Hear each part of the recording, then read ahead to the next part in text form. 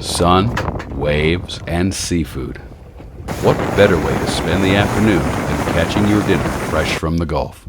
But even recreational crabbers like Allison and Jay Gruber will tell you crabbing is harder than it looks. The Cape Coral couple has been trapping stone crabs on and off for 15 years. First, you need to know where to place the traps. You also have to select the right bait. Today, it's raw chicken. And of course, you have to know how to extract the crab properly. Jay says it's not uncommon to open the trap and find an interloper. This telltale purple dye indicates sea slugs before they even open the trap. The one intruder they really hate, the 8-legged variety. You also have to know the law. There are limits on when crabbers can place traps. Recreational crabbers can set a maximum of 5 traps per person, which must be registered. Gruber says it's a common misconception that the crabs are killed. Jay only takes one claw off because with one claw the crab can still defend itself until the other regrows.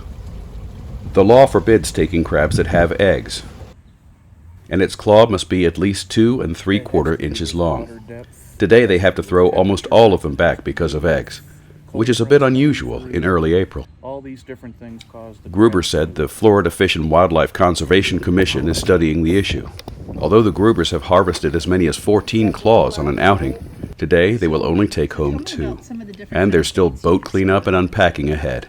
But Jay says crabbing isn't just about hauling up traps. Believe it or not, raw chicken quarters. For C226, I'm Steve Layton.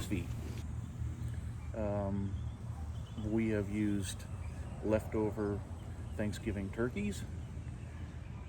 Pretty much any kind of meat you throw in there seems to work. You can put fish in there if you wanted to. But we found that the chicken has worked best for us.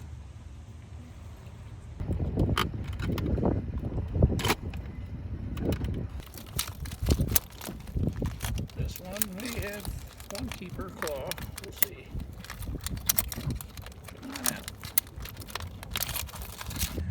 I think those gloves are really a false sense of security, because if one of those crabs actually got a hold of my finger, I don't know what would happen. They are very strong, and even the little guys that you don't think there's much to them, they have a lot of strength. Yay, no eggs.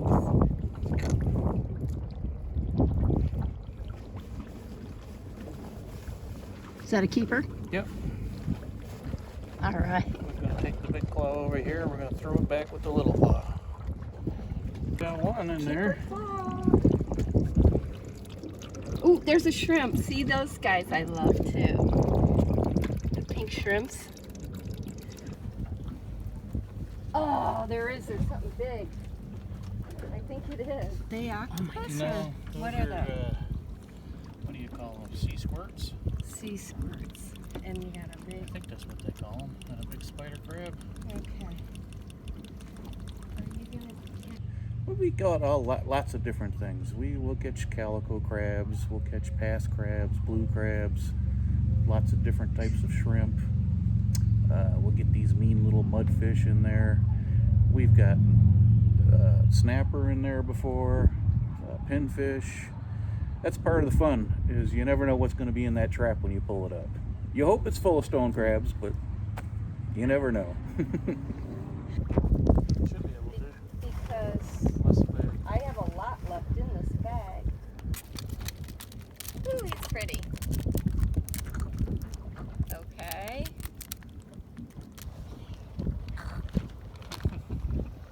smile. Well, they're This one's got eggs too. gonna grow up. We need They to. all had eggs. Every one of them in here. We need to make sure that we document that on the report Yep. survey. Yep. Change the season a little. Ouch. Did he hurt you? No. So tell me about some of the other things you've actually found in the traps. Well, you'll see in the video we had a very strange looking creature that shot some sort of ink out all over the boat when we first brought it up. I call those sea squirts. I'm sure that's not the real name for them. But I was happy that it was one of those and not an octopus, because if you get an octopus in your trap, it's time to move your traps. Octopus actually eat stone crabs. So if there's octopus in the area, there's no reason to keep your traps there, because you'll pull up a trap that has nothing but an octopus in it. And then you have the fun of getting rid of the octopus. Vaughn, you're pushing it, but I didn't take it. Okay. I got it. Oh, this is nice and easy. That's kind of bad. It's too easy, because that means that maybe it's not full. Perhaps.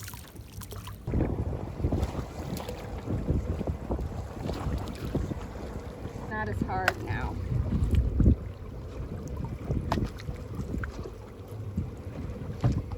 It's still hard.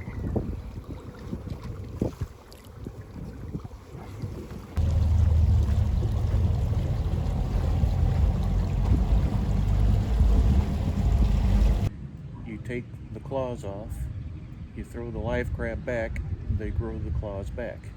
And they actually grow them back pretty rapidly. Sure. I don't know if your students can handle this. Yeah. Shh.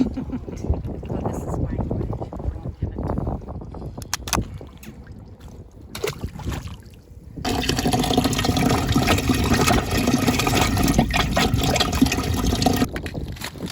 He's got eggs too. They all have eggs. Man. Well, that's okay. Then we eat all that other great food that we got. Oop. That's our lobster side. Oop, yep.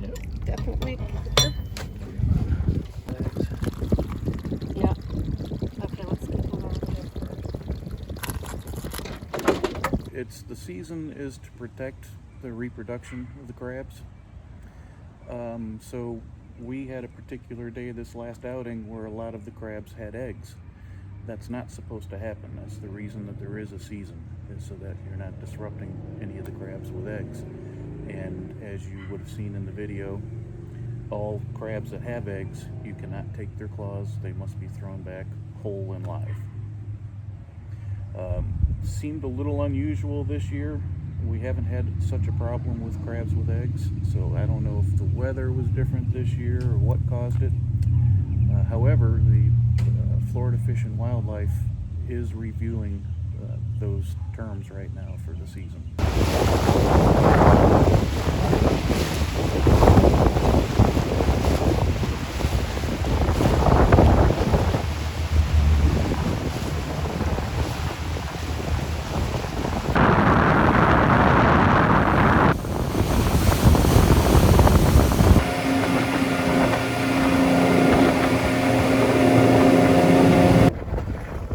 She even cleans the boat for you. See, because this stuff, when it sits on the boat, it gets icky. It's not too bad.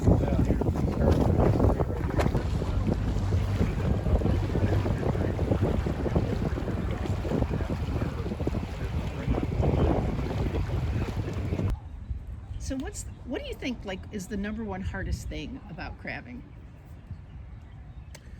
For me, finding time to do it.